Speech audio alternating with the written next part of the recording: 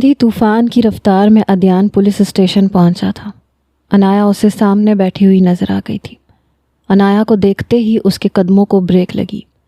سکون کا سانس خارج کرتے وہ دھیمے دھیمے قدم اٹھاتے انایا کے پاس پہنچا۔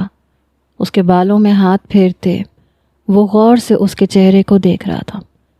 تم ٹھیک تو ہو نا انایا؟ انایا نے چند سیکنڈ اس کے چہرے کو دیکھا، پھر ہاتھ جھٹک دیا۔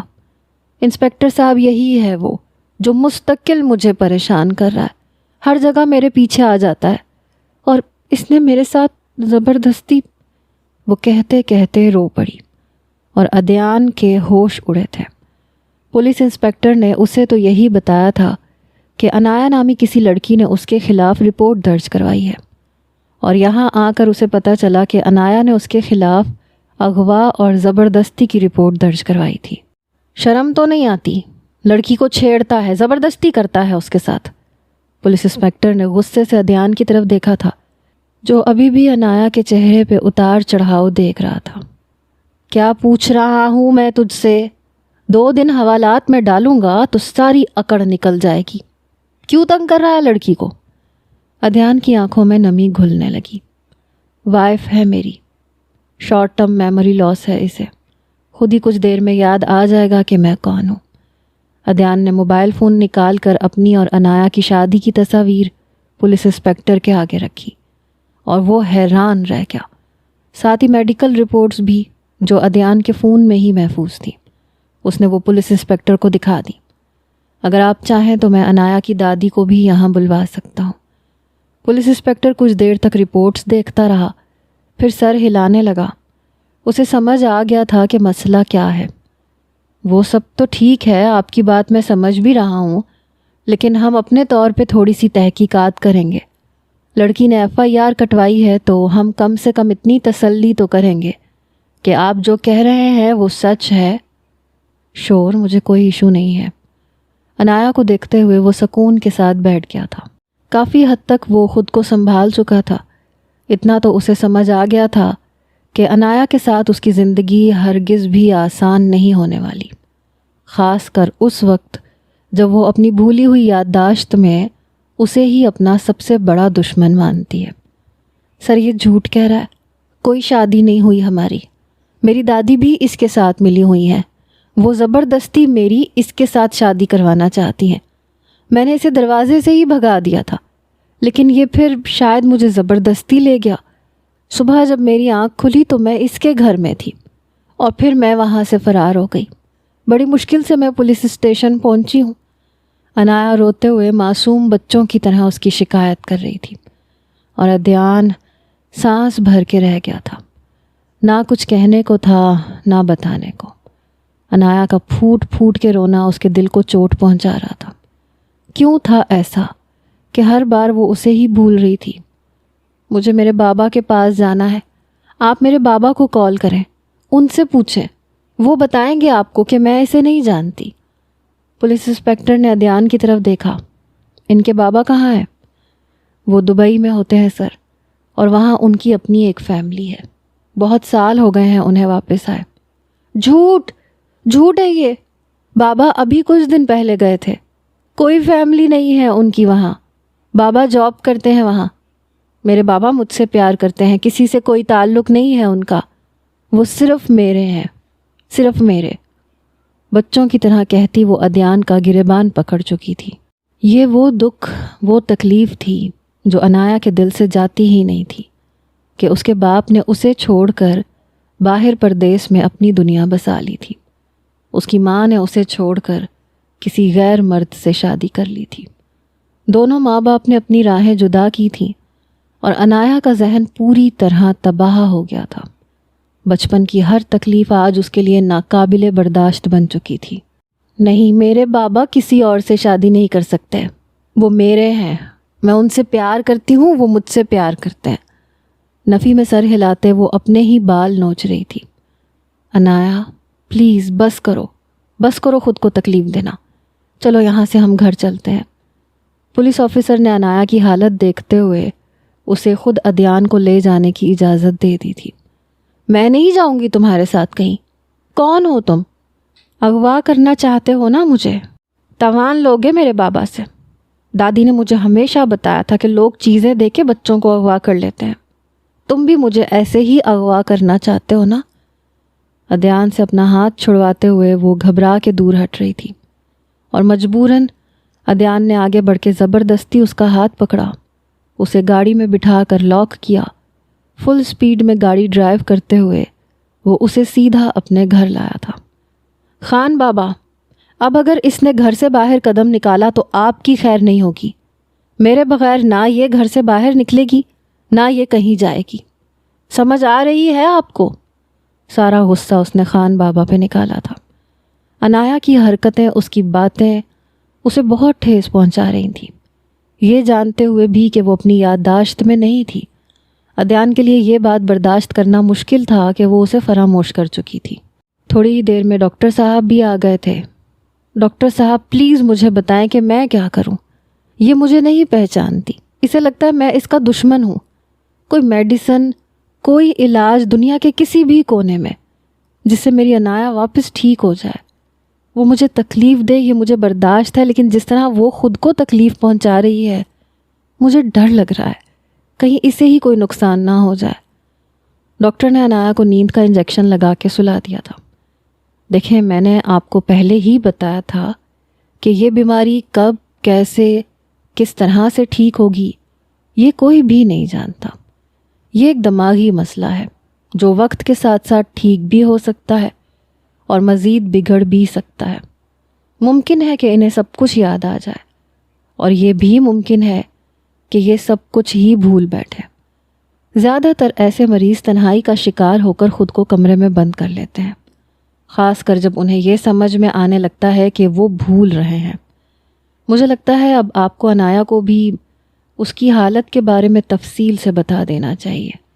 اس کے ہاتھ میں ایک بینڈ پہنائیں جس میں اس کا نام، نمبر اور آپ کا ایڈریس ہو۔ اگر وہ کہیں خدا نخواستہ گم ہو جائے تو گھر تک پہنچنے کا کوئی وسیلہ بنے۔ ڈاکٹر کے جانے کے بعد ادیان نے خاموشی سے انایا کے ہاتھ میں وہ شناختی بینڈ باندھ دیا تھا جس پہ اس کا نام، نمبر اور پتہ درج تھا۔ وہ گہری نیند میں تھی، شاید انجیکشن کے اثر سے یا شاید تھکن کے مارے۔ ادیان اس کے قریب رکھی کرسی پہ آ کے بیٹھ گیا۔ کچھ لمحے وہ بس چپ چاپ اسے دیکھتا رہا، اس کی پیشانی پہ گرتے بال، ہلکی سی لرزتی پلکیں، اور وہ سکون جس سے ادیان کی زندگی کبھی خالی نہیں رہی تھی۔ اس نے دھیرے سے ہاتھ بڑھا کے اس کے بالوں میں انگلیاں پھیری۔ تمہیں یاد ہے نا انایا، وہ تم ہی تھی جس نے مجھے مسکرانا سکھایا تھا، وہ دھیرے سے بولا، مگر جواب میں صرف کمرے کی خاموشی نے سرگوشی کی۔ ماں باپ کے جانے کے بعد تم ہی تو میری زندگی میں روشنی بن کے آئی تھی، اور آج وہی روشنی مجھ سے ناراض ہے۔ اس کی آواز بھرا گئی، آنکھوں سے ایک نمی کا بھرا قطرہ نکلا جو اس کے ہاتھ کی پشت پہ گرا۔ اس نے خود کو سنبھالنے کی کوشش کی۔ جس لڑکی کے لیے وہ آج دنیا سے لڑ گیا تھا، آج وہی اسے اپنا دشمن سمجھ رہی تھی۔ ادیان نے انایا کے چہرے کو غور سے دیکھا، آنکھوں کے نیچے ہلکے آ رہے تھے، تھکن اس کے چہرے پہ نمایاں تھی۔ گہری نیند میں بھی وہ بے چینی کا شکار نظر آ رہی تھی، جیسے اپنے آپ سے جنگ کر رہی ہو۔ میں وعدہ کرتا ہوں تمہیں سب یاد آ جائے گا، میں تمہیں پھر وہی خوشیاں لوٹا کے دکھاؤں گا جو تمہاری آنکھوں سے چھن گئیں، چاہے اس کے لیے مجھے اپنی سانسیں کیوں نہ دینی پڑے۔ اس نے آہستہ سے انایا کے ماتھے پہ بوسہ دیا، اور کمرے کی مدھم روشنی میں بس ایک اداس سا سکوت چھا گیا۔ ساری رات ایسے ہی گزر گئی تھی۔ اگلی صبح انایا کی آنکھ کھلی تو ادیان اس کے سرہانے ہی بیٹھا ہوا تھا۔ اس نے مسکراتے ہوئے ادیان کا ہاتھ تھاما اور اپنے لبوں سے لگا لیا۔ اس کے ہونٹوں کی نرمی پر ادیان کی آنکھ کھلی۔ گڈ مارننگ مائی لو۔ وہ اٹھ کے بیٹھی اور ادیان کے سینے سے لگ گئی۔ بنا کچھ کہے ادیان نے اسے اپنے بازوؤں میں بھر لیا۔ آج ہمارا ولیمہ ہے نا، اور دیکھو گھڑی 11 بجا رہی ہے اور تم نے مجھے اٹھایا کیوں نہیں؟ پارلر بھی تو جانا ہوگا۔ وہ اپنی ہی دھن میں بول رہی تھی، اس بات سے بے خبر کہ ولیمے کا دن گزر چکا تھا اور اس کی زندگی کا ایک دن اس کے ذہن سے اسکپ ہو گیا تھا۔ آج ولیمہ نہیں ہے، ولیمہ کل تھا۔ آہستگی سے ادیان نے اس کے بالوں میں ہاتھ پھیرتے اسے یہ خبر سنائی جسے سنتے ہی وہ چونک کے پیچھے ہٹی۔ کیا مطلب؟ کل تو بارات تھی، ولیمہ تو آج ہوگا نا؟ عدیان نے آہستہ سے نفی میں سر ہلایا۔ نہیں، کل ولیمے کا دن تھا، لیکن تمہاری طبیعت ٹھیک نہیں تھی، اس لیے میں نے ولیمہ کینسل کر دیا تھا۔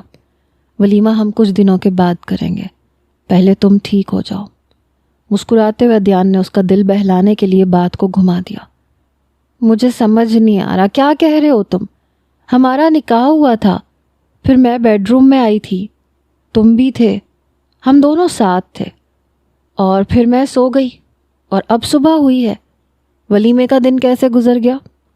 بالوں کا جوڑا بناتے ہوئے وہ کشمکش کا شکار ہوئی۔ میری محبت میں دن اتنی تیزی سے گزریں گے، اس لیے زیادہ ذہن پہ زور ڈالنے کی ضرورت نہیں ہے۔ چلو ناشتہ کرتے ہیں، پھر برگ آئی لینڈ چلیں گے۔ آج موسم ویسے بھی بہت خوبصورت ہے، کسی بھی وقت بارش شروع ہو سکتی ہے۔ نہیں، پہلے مجھے یہ بتاؤ کہ کل کیا ہوا ہے؟ ایک دن کہاں گزرا، مجھے تو کچھ یاد نہیں ہے۔ تم مذاق کر رہے ہو کیا میرے ساتھ؟ بستر چھوڑتے ہوئے وہ غور سے ارد گرد کی ہر چیز کو دیکھ رہی تھی۔ نہیں، کچھ بھی خاص نہیں ہوا کل، اسی لیے تو تمہیں یاد نہیں ہے کچھ بھی۔ چلو میں ناشتہ ریڈی کر رہا ہوں، تم فریش ہو کے نیچے آ جاؤ۔ تمہارے کپڑے اس طرف والی وارڈروب میں ہیں، میں نے پہلے ہی تمہاری ضرورت کی ہر چیز اپنی پسند سے لے لی ہے۔ اسے ہدایت دیتے ہوئے عدیان خود ہی کچن میں چلا گیا تھا۔ وہ اپنے لیے کھانا ہمیشہ خود بناتا تھا، اسی لیے ابھی بھی وہ ناشتہ ریڈی کر رہا تھا۔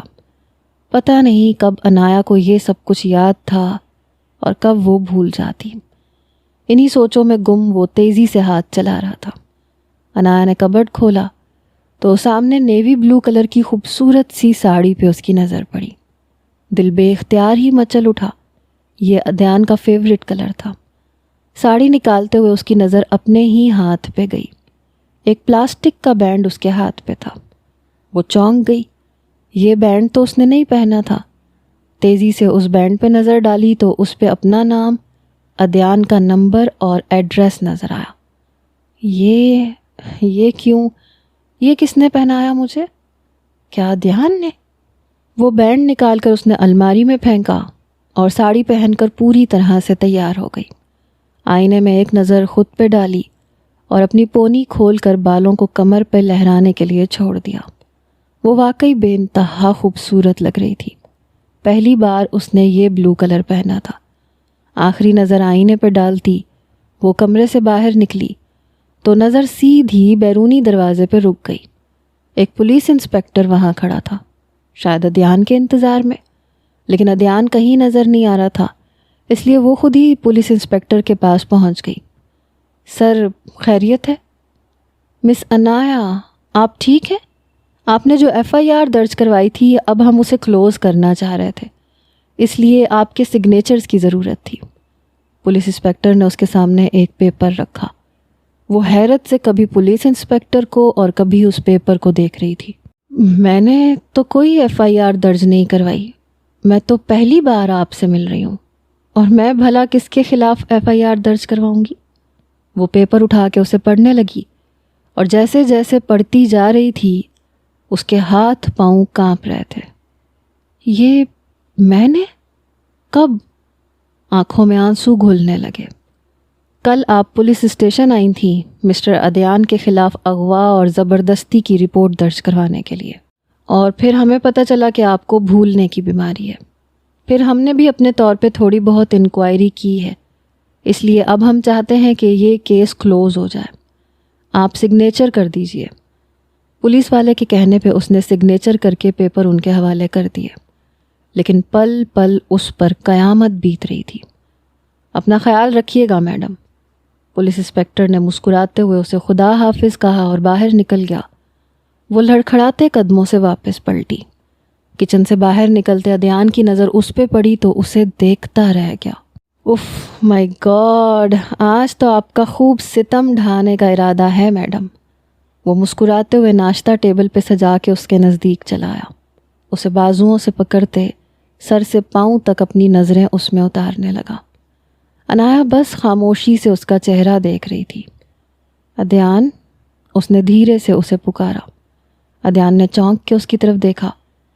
یہ سب کیا ہوا تھا کل؟ میں نے تمہارے خلاف FIR کیوں درج کروائی تھی؟ اور وہ بینڈ؟ اس نے الجھی نظروں سے کلائی کی سمت دیکھا جہاں اس نے چند لمحے پہلے وہ بینڈ اتار کے رکھ دیا تھا۔ وہ میرے ہاتھ میں کیوں تھا؟ عدیان نے گہری سانس لی۔ اس کے چہرے پہ تھکن اور بے بسی کے آثار نمایاں تھے۔ ڈاکٹر کے کہنے پہ باندھا تھا میں نے وہ بینڈ، وہ آہستہ سے بولا۔ کیوں؟ عدیان نے اسے کرسی پہ بٹھایا، خود بھی کرسی کھینچ کے اس کے سامنے بیٹھتے ہوئے کہا، ہاں تمہیں کل کچھ ٹھیک سے یاد نہیں تھا، تم اپنے آپ کو پہچان رہی تھیں لیکن مجھے نہیں۔ تم نے سمجھا میں کوئی اجنبی ہوں، کوئی خطرناک شخص جو تمہیں نقصان پہنچانے والا ہے۔ عنایا کے لبوں سے ہلکی سی سانس نکلی، جیسے دل کے اندر کچھ ٹوٹ گیا ہو۔ میں نے تمہارے خلاف رپورٹ کروائی تھی؟ عدیان نے سر ہلایا۔ پھر؟ میں نے پولیس کو ساری بات سمجھائی، تمہاری میڈیکل رپورٹ دکھائی، وہ لوگ مان گئے کہ تم ذہنی دباؤ میں تھی۔ عنایا نے نظریں جھکا لیں، چند لمحے خاموشی رہی، پھر دھیرے سے بولی، میں نے تمہیں بہت دکھ دیا ہوگا نا؟ عدیان نے ہلکی سی مسکراہٹ کے ساتھ کہا، نہیں، دکھ نہیں، بس خوف کہ کہیں تم واقعی مجھ سے دور نہ چلی جاؤ۔ وہ سر جھکائے خاموش بیٹھی رہی۔ یہ سب میرے ساتھ کیوں ہو رہا ہے؟ میں تمہیں کیسے بھول سکتی ہوں؟ تم تو میری زندگی ہو عدیان۔ عدیان نے اس کے دونوں ہاتھ تھام لیے۔ عنایا، تمہارا ذہن صدمے سے گزر رہا ہے۔ ماں باپ کے جانے کے بعد تم بہت کچھ دل میں دبائے بیٹھی ہو، اور پھر وہ ایکسیڈنٹ، اس نے جیسے تمہارے دماغ کو ڈیمیج کر دیا ہے۔ ڈاکٹر نے کہا ہے کہ اگر تم آرام کرو، خود پہ بوجھ نہ ڈو، تو سب کچھ ٹھیک ہو جائے گا۔ عنایا نے اس کی آنکھوں میں دیکھا۔ اور تم اب بھی میرے ساتھ ہو؟ عدیان نے مسکرا کے اس کے ماتھے پہ بوسہ دیا۔ میں کبھی گیا ہی نہیں۔ چلو اب چھوڑو یہ سب باتیں، ناشتہ کرو، پھر ہم جائیں گے جہاں ہمیں سب سے زیادہ اچھا لگتا ہے۔ میں نے ناشتہ خود بنایا ہے، اس لیے اپنے ہاتھوں سے کھلاؤں گا۔ عنایا کی گردن پہ کس کرتے وہ اسے اپنے ہاتھوں سے ناشتہ کروانے لگا۔ عنایا بھی خوشی خوشی اس کے ہاتھوں سے ناشتہ کرنے لگی۔ عدیان کی نگاہیں بار بار اس کے وجود پہ بھٹک رہی تھیں۔ اس ساڑی میں وہ غضب اٹھا رہی تھی۔ آپ ناشتہ کیوں نہیں کر رہے؟ تھوڑی سی دیر میں عنایا کو محسوس ہو گیا کہ وہ خود کچھ نہیں کھا رہا، بلکہ صرف اسے کھلا رہا ہے۔ عدیان اسے کیا بتاتا کہ اس کی بھوک پیاس مٹ چکی تھی۔ میں تھوڑی دیر گارڈن میں چہل قدمی کر لوں، آپ یہ سب سمیٹ کر آ جائیں۔ وہ مسکرا کے اسے چھیڑتی ہوئی گارڈن کی طرف جانے لگی، لیکن عدیان نے اسے پیچھے سے باہوں میں بھر کے اٹھا لیا۔ اتنی بھی کیا جلدی ہے مجھ سے جان چھڑا کے بھاگنے کی؟ وہ اسے بیڈ روم میں لے گیا، بستر پہ لٹاتے اس کی زلفوں سے کھیلنے لگا۔ اتنی دیر لگا کے تیار ہوئی تھی میں، اب میری تیاری تو خراب نہ کرے۔ وہ ناراض ہوئی۔ اس تیاری سے کہیں زیادہ ضروری میرا پیار ہے۔ عدیان نے اس کی گردن پہ لب رکھتے اس کی دھڑکنوں کو سنا تھا۔ دھیمے دھیمے وہ اس پہ اپنی محبت لٹا رہا تھا۔ عنایا کا چہرہ گلابی پڑ رہا تھا۔ اگر آپ نے مجھے زیادہ تنگ کیا تو آئندہ میں ساڑی نہیں پہنوں گی۔ اور وہ جو اس کی ساڑی کی میریاں کھولنے لگا تھا، تڑپ کے رکا۔ پلیز یار، بلیک میل تو نہ کرو۔ تو پھر کیا کروں؟ جانے دے نا مجھے، اتنا اچھا موسم ہے، میں تھوڑی دیر گارڈن میں بیٹھوں گی۔ وہ جلدی سے خود کو چھڑواتی بستر سے اٹھ کے کھڑی ہو گئی۔ رومانس کے لیے ساری عمر پڑی ہے۔ اسے جان بوجھ کے چڑھاتی ہوئی وہ باہر کی طرف چلی گئی۔ عدیان نے مسکراتے ہوئے سارے برتن سمیٹ کے کچن صاف کیا، پھر وہ اس کے پیچھے تیار ہو کے باہر نکلا تو وہ بینچ پہ خاموشی سے بیٹھی نظر آئی۔ عدیان کا فل رومانس کا موڈ تھا، اس لیے وہ اس کے پاس جا کے بیٹھ گیا۔ کیا سوچ رہی ہو؟ مسکراتے ہوئے عدیان نے اس کی اوشن بلو آئیز میں جھانکا تھا۔ وہ ایک دم ہی چونک کے پلٹی۔ کچھ نہیں، آپ کون؟ لمحوں میں عدیان کی مسکراہٹ سمٹی۔ میں کسی کی محبت میں شاعر بنا ہوا ہوں، ویسے بزنس مین ہوں۔ اپنے تاثرات پہ قابو پاتے عدیان نے دھیمی سی مسکراہٹ کے ساتھ نہ جانے کون سی بار اپنا تعارف کروایا۔ کچھ دیر پہلے والی محبت کو وہ یکسر بھول چکی تھی۔ وہ بس سر ہلا کے رہ گئی اور پھر یہاں وہاں دیکھنے لگی۔ کوئی پرابلم ہے؟ عدیان کو اس کے چہرے پہ پریشانی نظر آئی۔ جی، گھر جانا ہے مجھے، لیکن اب بابا نظر نہیں آ رہے۔ تھوڑی دیر پہلے بابا نے کہا تھا کہ یہیں پہ میرا انتظار کرو، میں آتا ہوں، لیکن اب پتہ نہیں کہاں چلے گئے۔ اپنے پرس کو کندھے پہ لٹکاتے وہ اٹھ کے یہاں وہاں دیکھنے لگی۔ چلیں آپ میرے ساتھ۔ عدیان نے خود ہی اس کا ہاتھ پکڑا اور گاڑی کی طرف بڑھنے لگا۔ کچھ ہی دیر میں وہ گاڑی کی سیٹ سے سر ٹکائے آنکھیں بند کیے خاموش رہی، اور پھر اچانک سے آنکھیں کھولتے ہوئے اس نے میوزک سسٹم آن کیا۔ عدیان، کہیں لانگ ڈرائیو پہ چلتے ہیں اور سب میری پسند کے گانے چلاؤں گی میں۔ وہ ایک دم ہی پرجوش سی نظر آئی۔ پہلے تو عدیان نے چونک کے اسے دیکھا اور عدیان کے چہرے کی مسکراہٹ گہری ہو گئی۔ ہاں کیوں نہیں، بتاؤ کہاں چلنا ہے؟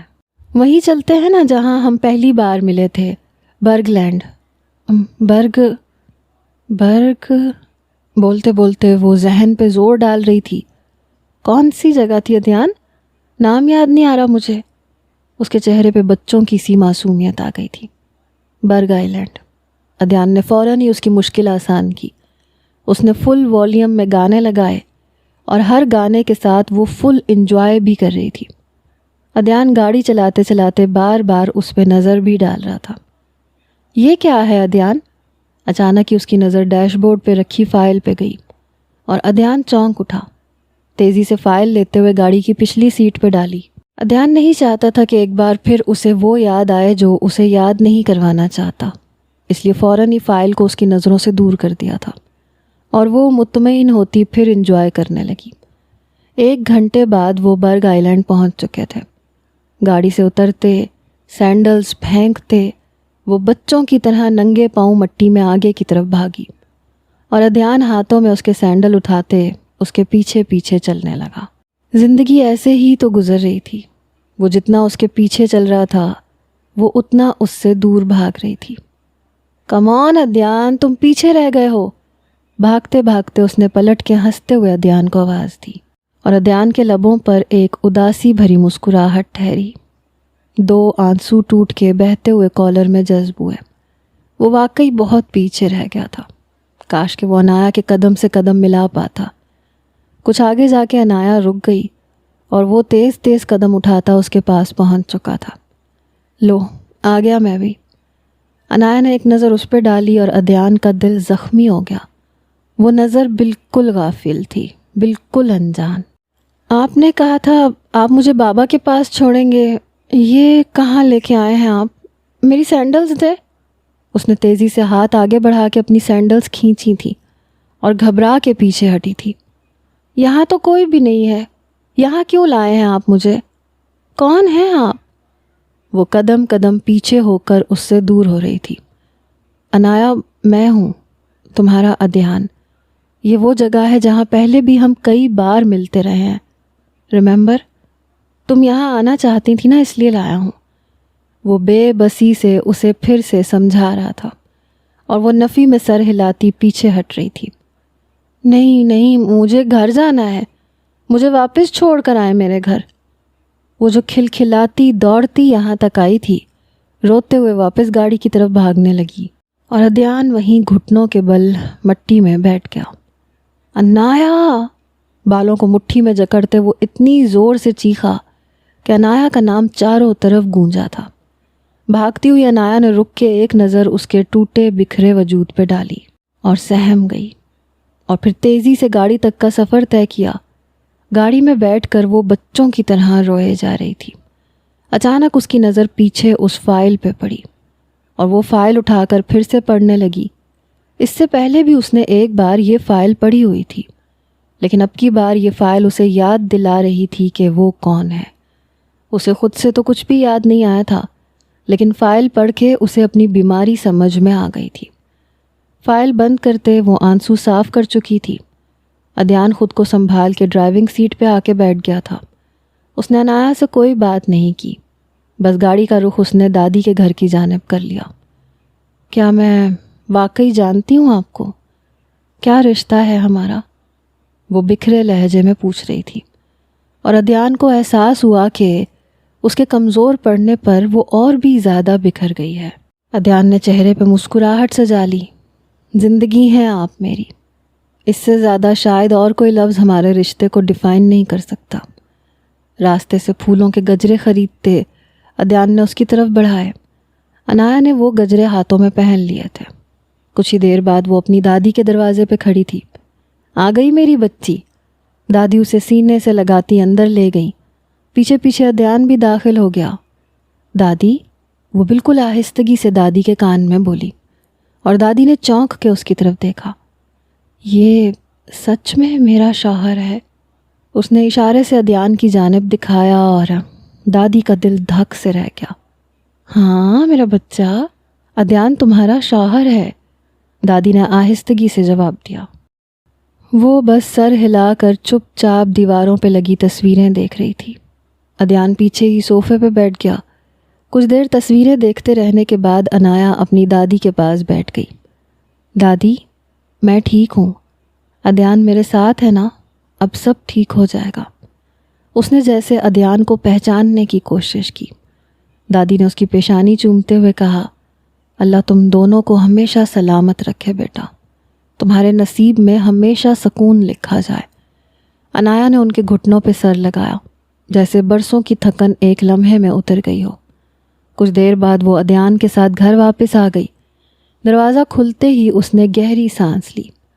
وہی خوشبو، وہی احساس جو اسے بہت اپنا سا لگتا تھا۔ عنایا سیدھی الماری کے پاس گئی۔ اس نے خاموشی سے دروازہ کھولا اور وہاں سے وہ چھوٹا سا سفید بینڈ نکالا۔ کچھ لمحے وہ اسے دیکھتی رہی، پھر پلٹ کے ادیان کے سامنے آئی۔ اس کی آنکھوں میں نمی تھی مگر چہرے پہ سکون۔ یہ مجھے پہنا دو۔ ادیان چونک گیا۔ عنایا؟ عنایا نے ہلکا سا مسکرا کے کہا، ہاں ادیان، یہ بینڈ تم نے باندھا تھا نا تاکہ میں بھول نہ جاؤں؟ میں اب بھول کے بھی تمہیں نہیں بھولنا چاہتی۔ میں چاہتی ہوں کہ چاہے میں دنیا کے کسی بھی کونے میں چلی جاؤں، لوٹ کے تم ہی تک آؤں۔ مجھے ہمارا ماضی یاد نہیں رہتا، مگر اتنا ضرور جانتی ہوں کہ تم ہی وہ شخص ہو جو مجھے ماضی سے حال تک جوڑ دے گا۔ ادیان کے لبوں پہ ہلکی سی مسکراہٹ ٹھہر گئی تھی۔ اس نے خاموشی سے بینڈ پہنا دیا اور عنایا کی کلائی پہ باندھ دیا، پھر آہستہ سے اسے اپنے سینے سے لگا لیا۔ عنایا نے آنکھیں بند کر لیں۔ اگلے ہی دن ولیمے کی تقریب رکھ دی گئی تھی۔ آفس سے کچھ خاص لوگوں کو بلایا گیا تھا۔ کچھ ادیان کے دوست تھے۔ لیلا بھی ان کی خوشی میں شریک ہونے کے لیے آئی تھی۔ عنایا کو کچھ یاد تو نہیں تھا، لیکن اب وہ ادیان کو دیکھ کر ناراض نہیں ہو رہی تھی۔ 4 دن کے بعد وہ دونوں ہنی مون پہ روانہ ہوئے۔ سفر طویل تھا مگر ہر لمحہ یادگار تھا۔ کہیں وہ راستہ بھولتی تو ادیان مسکرا کے ہاتھ پکڑ لیتا۔ کوئی بات نہیں، میں ہوں نا، جہاں تم بھولو گی میں یاد دلا دوں گا۔ پرانی یادیں مٹیں گی تو ہم نئی یادیں بنا لیں گے۔ پہاڑوں کے درمیان، سمندر کے کنارے، دونوں کی ہنسی گونجتی رہی، اور یوں ایک بھولی یاد کی کہانی محبت کی سب سے خوبصورت یاد بن گئی۔ کبھی کبھی بچپن کے ٹراماز اور سر پہ لگنے والی معمولی چھوٹی سی چوٹیں بھی انسان کو زندگی بھر کا روگ دے جاتی ہیں۔ جو والدین اپنی اولاد کو چھوڑ کر اپنے راستے جدا کرتے ہیں، ان کی اولاد ساری زندگی بہت تکلیف میں گزرتی ہے، اور کبھی کبھی کوئی چھوٹا سا حادثہ انہیں کوئی زندگی بھر کا روگ دے جاتا ہے۔ عنایا کے ماں باپ نے اپنی الگ الگ زندگیاں بسائیں اور اسے اس کی دادی کے سہارے چھوڑ دیا۔ اس کی پوری زندگی محرومیوں کا شکار ہو کے گزری تھی۔ بظاہر ہنسنے مسکرانے والی عنایا اندر سے ٹوٹی پھوٹی تھی، اور پھر ایک معمولی سی چوٹ نے اسے پوری طرح زندگی سے دور کر دیا۔ اسے ادیان جیسا ساتھی ملا جس نے اسے پوری طرح سنبھال لیا، لیکن ہر لڑکی کے نصیب اتنے خوبصورت نہیں ہوتے۔ اس لیے والدین کو اپنے راستے جدا کرنے سے پہلے اپنی اولاد کے بارے میں ضرور سوچنا چاہیے۔